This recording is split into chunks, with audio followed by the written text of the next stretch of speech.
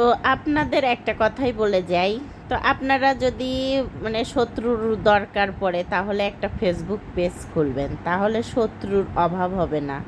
আর আমার এই কারণেই কিন্তু অনেক শত্রু বেড়ে গেছে।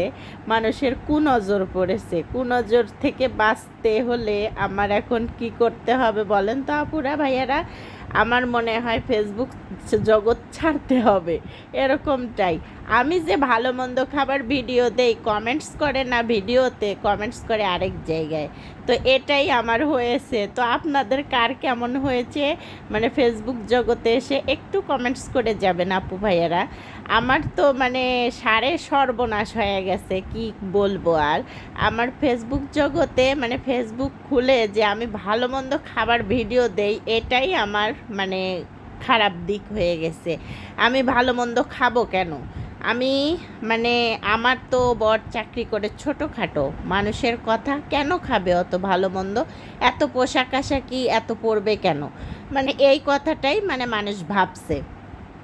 তো আমাদের সংসারে আমি যদি ভালো মন্দ খাই, আপনার তাতে কি?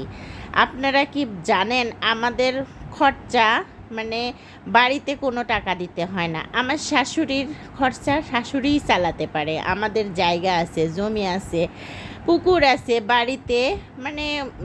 ওইখান থেকেই যা আয় হয়, ইনকাম হয়, সব কিছু দিয়ে আমার শাশুড়ি ইনশাল্লাহ ভালোভাবে কেটে যায়। আমার শাশুড়িকে শুধুমাত্র আমরা মাঝে মধ্যে কাপড় চোপড় দেই, সাবান, তেল, তারপরে শ্যাম্পু, আনুষঙ্গিক খরচা যেগুলো লাগে প্রতিনিয়ত, সেগুলো আমরা বাড়িতে যেয়েই কিন্তু কিনে দিয়ে আসি। তাহলে আমরা কেন ভালো মন্দ খেতে পারবো না বলেন তো? আমরা কিন্তু যথেষ্ট পরিমাণে ভালোভাবে চলতে পারবো, কারণ আমার শাশুড়িকে খরচ দিতে হবে না। আমাদের টাকা আমরাই ব্যয় করি, এতে আপনাদের তাতে কি? অনেক সময় দেখবেন যে কারো ভালো, কারো সুখ কেউ সহ্য করতে পারে না। এটাই তাদের চরম সার্থকতা। তারা ভাবে যে আমি মনে হয় গরিব ভালে খাচ্ছি, তারা মনে হয় বড় লোকিপনা করে খাচ্ছে। আরে ভাই, আমি যেদিন ভালো মন্দ খাই সেদিনকারই ভিডিও আপনাদের মাঝে প্রেজেন্ট করি, যাতে ফেসবুক মামা আমাকে কিছু ভিউজ ইনকাম করে দেয়। আর আমি ভিউজ ইনকামের আশাই একটু ভালো করে আলো টালো মেরে ভালো করে ভিডিও উপস্থাপন করি, আপনাদের মাঝে শেয়ার করি। এতে আপনাদের তাতে কি?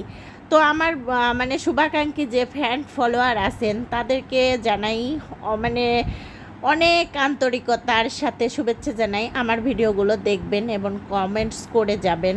অনেক লোকে আছে কমেন্টস করে না, কমেন্টস করে আরেক জায়গায়। আমার মেয়ে এসে এই যে ভাজি নিচ্ছে সবজি, ও মাংস দিয়ে খাবে, বলছিলাম একটু সবজি নাও। তো এর মধ্যে কিন্তু এই গরুর মাংস খাওয়ার পরে মাঝামাঝি সপ্তাহে 2-3 দিন পরে আমরা একটা মুরগি খাই। তো মুরগিটাও আমি রান্না করতেছিলাম।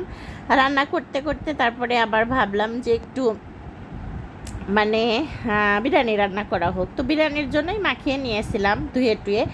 তো রাব্বুকেও সারপ্রাইজ করার জন্য বিরিয়ানি রান্না করতেছিলাম। আমরা সপ্তাহের মাঝামাঝি একটা মুরগি খাবই, হাঁস না হলে মুরগি, যে কোনো একটা খাই। যেহেতু বাচ্চা কাচ্চা একইভাবে মাছ খাইতে পছন্দ করে না। আমার ছেলে মেয়েরা ছোটো মাছ খায় না, বড় মাছ হইলে খায়। ওর আব্বু এজন্য ভাবে যে মাঝে মধ্যে একটা করে মুরগি খাওয়াবো, তাহলে বাচ্চাদের আমিষের ঘাটতি হবে না, প্রোটিনের ঘাটতি হবে না।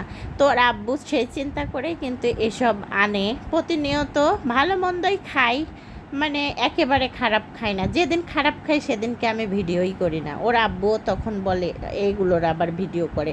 আমার অফিসের কলিগরা দেখে বলে লুৎফারাজ এইটা দিয়ে ভাত খেয়ে এসেছে।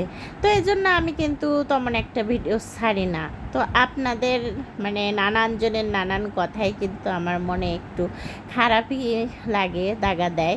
মাঝে মধ্যেই নানান ধরনের কথা শুনি। তো আমার বর তো আমাকে বলেই দিয়েছিল যে ফেসবুক ছেড়ে দাও, তোমার জন্য ফেসবুক না। আমি কিন্তু কোনো টাকা ইনকামের জন্য ফেসবুক চালাই না। আমার কি টাকার খুব দরকার? আমার হাজব্যান্ড করে পুলিশের চাকরি, ওর কিন্তু যথেষ্ট পরিমাণে আমাকে চালানোর ক্ষমতা রাখে, কারণ সে আমার বিয়ে করেছে সেহেতু আমার খরচ কিন্তু সেই চালাবে, আমি কেন তাকে চালাবো? আমি শুধু ফেসবুক খুলেছি, এই যে একেবারে চলে যাচ্ছি বাসা ছেড়ে এককালীনের মনে। বাসা আর কোনো দিন হবে কিনা সন্দেহ, আর 4 বছর করবে চাকরি আমার বর, সেহেতু আমি আর কোনো দিনও বাসায় আসতে পারবো না। এই ভিডিও ক্লিপগুলো থাকবে, আমি ভবিষ্যতে দেখতে পাবো যে আমি এইভাবে রান্না করেছি, বাসা বাড়িতে এরকমভাবে যত্ন সহকারে স্বামীকে খাইয়েছি, মুরব্বী বয়সে আমার মানে নাতি পুতিদের দেখাবো, এই কারণে আমি ভিডিওগুলো করে রাখি। তো এতে আপনাদের তাতে কি এত গা জ্বলে কেন আপনাদের? এই জন্যই আমার খুব খারাপ লাগে। অনেক আত্মীয় স্বজনও বলে, তোরা এত ভালো খাস কেন? এত ভালো খায় খায় টাকা গোছাতে পারিস না, এত কথা কিসের? আপনাদের মাঝে যায় খাই না, আপনাদের টাকা খাই না, আপনাদের কোনো কিছু নিয়ে আসি যে আপনারা এত কথা বলবেন?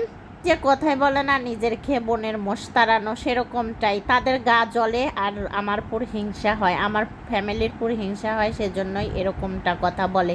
তো আমার এজন্যই খুব রাগ হয়। তো ওই সেই সব মানুষের জন্যই এই ভিডিও ক্লিপটা ধরেছি, আমি এই কথাগুলো বলেছি। ধন্যবাদ সবাইকে।